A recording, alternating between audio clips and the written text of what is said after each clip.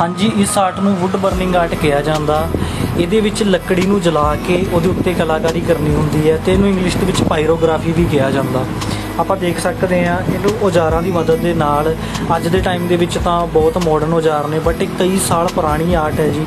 ਇਹ ਮਿਸਰ ਤੇ ਅਫਰੀਕਾ ਵਰਗੇ ਦੇਸ਼ਾਂ ਦੇ ਵਿੱਚ ਇਸ ਚੀਜ਼ ਦੀ ਸ਼ੁਰੂਆਤ ਹੋਈ ਸੀ ਅਤੇ ਇਹਦੇ ਵਿੱਚ ਲੁੱਕ ਇੱਦਾਂ ਦਾ ਦਿੱਤਾ ਜਾਂਦਾ ਜੋ ਦੇਖਣ ਦੇ ਵਿੱਚ ਬਹੁਤ ਰੀਅਲ ਲੱਗਦਾ ਤੇ ਇਹਨਾਂ ਦੀ ਜੋ ਕੀਮਤ ਹੈ ਉਹ ਵੀ ਕਾਫੀ ਜ਼ਿਆਦਾ ਹੁੰਦੀ ਹੈ, ਵਧੀਆ ਰੇਟ ਤੇ ਮਾਰਕੀਟ ਦੇ ਵਿੱਚ ਵਿਕਦੀਆਂ ਨੇ ਤੇ ਇਹਨਾਂ ਦੀ ਲੁੱਕ ਇੱਦਾਂ ਦੀ ਬਣਾਈ ਜਾਂਦੀ ਹੈ ਜੋ ਦੇਖਣ ਦੇ ਵਿੱਚ ਰੀਅਲ ਲੱਗੇ। ਦੇਖ ਸਕਦੇ ਹਾਂ ਆਪਾਂ।